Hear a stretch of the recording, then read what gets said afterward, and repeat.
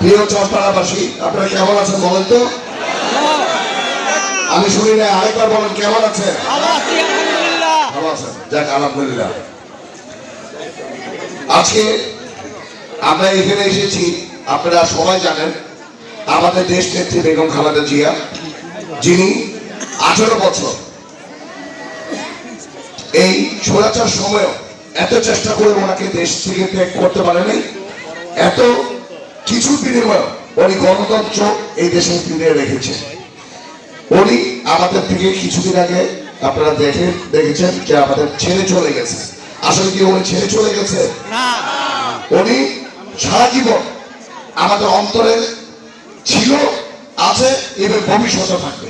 কারণ এমন নেত্রী পাওয়া সবচেয়ে বড় ভাগ্যের ব্যাপার।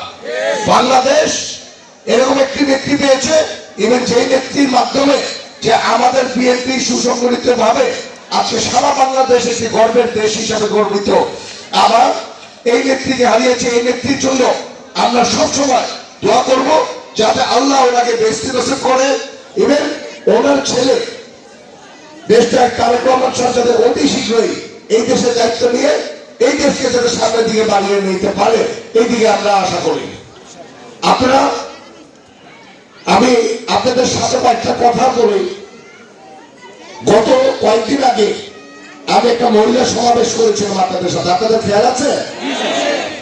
ওই সমাবেশে আপনারা কয়েকটা দাবি করেছিলেন। দাবিটা ছিল ব্রিজটা বানানোর জন্য। যেই ব্রিজটার জন্য আপনারা দেখেছেন আমি অলরেডি কয়েক জায়গায় কয়েকটা মিডিয়াতে এবং সব জায়গায় একটি কথা বলছি যে কিছু লোক এই ব্রিজটা বানাতে দিচ্ছে না। এই ব্রিজটা বানানোর জন্য আমরা সকলে মিলে চেষ্টা করছি। ইনশাআল্লাহ অতি শীঘ্রই এই ব্রিজটা আপনাদের মাঝখানে চলে আসবে, এবং এই আমাদের কেন্দ্রের পর্যায়ে চলে যাচ্ছে কি এখন।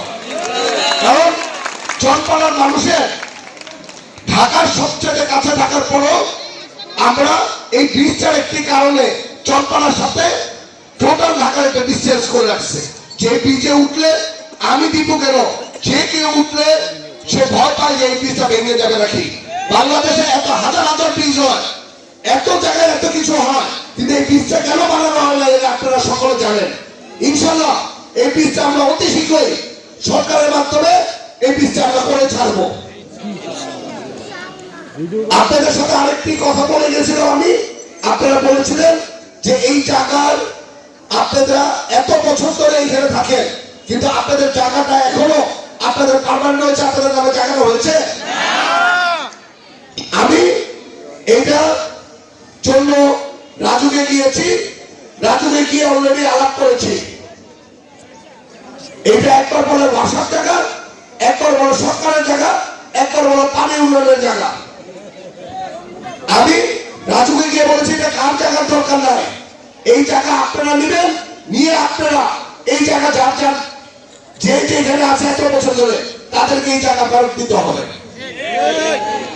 আমি অলরেডি কথা বলছি, ইনশাআল্লাহ অতি শীঘ্রই আমি চেষ্টা করি আপনাদের সাথে মিলে ইনশাআল্লাহ এই জায়গাটাকে আপনাদের জায়গা যাতে আপনাদের পার্মানেন্ট হয় এটার জন্য ইনশাআল্লাহ আমি চেষ্টা করছি। ইনশাআল্লাহ অতি শীঘ্রই এটা করার জন্য আপনারা পাবেন। আসলে চরপাড়ার সম্বন্ধে যদি আমি কিছু বলি, আপনারা মনে কিছু দিবেন, আমি কয়েকটা কথা বলি। শুধু চরপাড়ার একটা স্কুলের কথা বলি। গত বছর এই বছর স্কুলের রেজাল্টে একটা স্টুডেন্ট বলে পাস করে নাই। এটা কি চরপাড়ার মানুষের জন্য দুর্ভাগ্যের ব্যাপার না? কলেজ শাখার একটা স্টুডেন্ট পাস করে নাই। যদি একটা স্টুডেন্ট যদি পাস না করে তাহলে টিচার নাকি পড়ায় নাকি অন্য কিছু করে।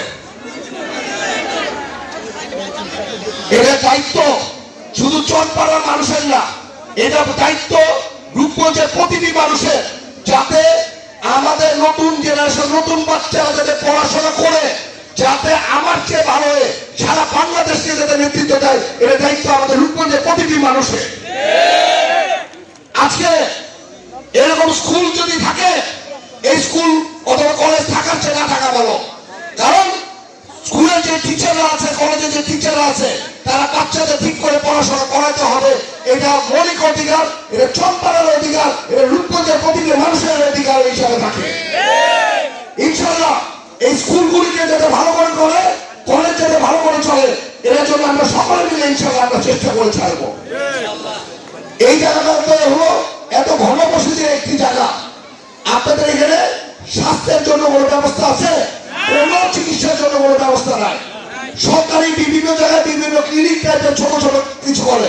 তার চম্পাড়ায় এত হাজার হাজার লোক আছে, প্রায় কত হাজার লোক, এখানে 60-70 হাজার লোক থাকে, লক্ষাধিক কাছের লোক।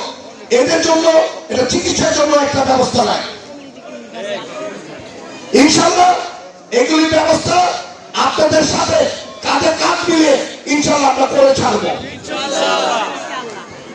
যাক, এটা আজকে এত সুন্দর একটা প্রোগ্রাম করেছে, ওনাদেরকে আমরা ধন্যবাদ জানাই যে আপনাদের সাথে একসাথে মিলে যাতে আমরা যাদের এই যে কথা বলছি, ওদের শীতবস্ত্র দিচ্ছি, যারা যারা এই অনুষ্ঠানটা করেছে তাদেরকে সকলকে আমরা ধন্যবাদ জানাই। আজকে আপনারা আমাদের পরিবারের সাথে অনেকদিন ধরে আছেন। আমার দাদা গোলবক্স ভুইয়া, আমার বাবা মজিবুর রহমান ভুইয়া, আমার চাচাও ছিল এমপি।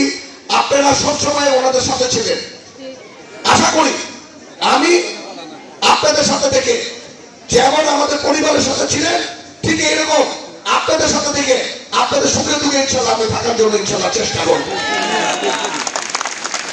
আজকে আপনারা জানেন 12 তারিখে নির্বাচন, এটা কি সকলে জানেন না? 12 তারিখের নির্বাচনে আমার মা বোনরা, আমার নতুন জেনারেশন যে বাচ্চারা আসছে এবার নতুন ভোট দিতে, এবার অনেক মুরব্বীরা অনেকে 17 বছর কিন্তু ভোট দিতে পারেন না। ভোট দিতে পারছেন আপনারা? কারণ কি, আপনি ভোট দিতে গেলে সকালবেলা আপনি যত সকালে যান, যাওয়ার আগেই বলে ভাই আপনার ভোটটা হয়ে গেছে। কারণ কি, ভোট তো রাত্রেবেলা হয়ে গেছে, সকালবেলা আর ভোট দিবেন কেমনে?